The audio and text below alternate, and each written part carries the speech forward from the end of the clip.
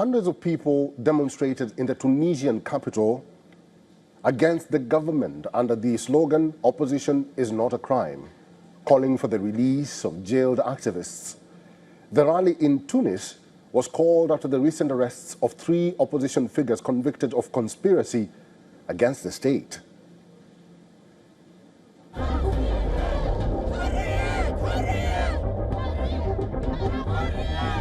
Tunisians took to the streets on December 6th for a third straight week to protest against President Kais Saied's expanding crackdown on the opposition critics and NGOs. Rights groups accuse him of using the judiciary and police to suppress opponents and to cement an autocratic one-man rule. Saied denies having become a dictator or using the judiciary against opponents. As a citizen, this is the worst situation I have ever seen in my life in Tunisia. A miserable system, tyranny, injustice, repression. You see young people, politicians, artists, journalists, civil society activists, and human rights defenders. Everyone is under attack in Tunisia today. Whoever speaks out ends up in prison. Last week, an appeals court handed jail terms of up to 45 years to dozens of opposition leaders, business people, and lawyers on charges of conspiracy to overthrow Saied in what critics said was a sign of increasingly authoritarian rule. Saied shut down parliament and began ruling by decree in 2021 in what he called a move to root out rampant corruption and mismanagement, but which the opposition called a coup.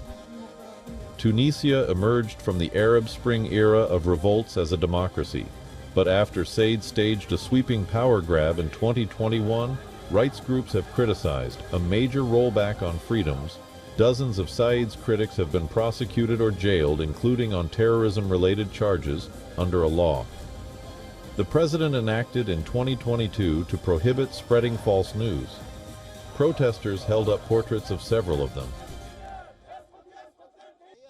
Political actors were scattered, and even the demonstrations didn't unite them. If they don't agree on a program or a common vision, at least the fight on the ground for the defense of rights and freedoms and the call for the release of political prisoners should unite them.